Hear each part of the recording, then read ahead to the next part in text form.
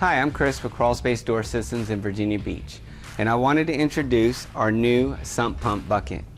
We designed this to save you time, energy, and money. Most sump pump buckets are big, they're thick, they're bulky, they're hard to get through a crawl space opening.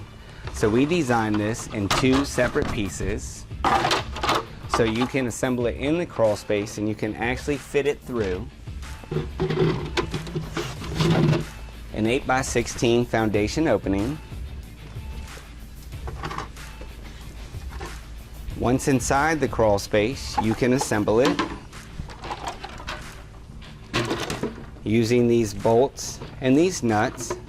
You just undo them and then fasten it together. And if you're using the gardening cloth that a lot of people do when using a sump pump bucket, you can actually push it through here, and when you tighten the nut, you can just wrap it around. So once you've dug your hole, put your rocks in, you can just slide this down, and once it's in the crawl space and you have your finished product like this,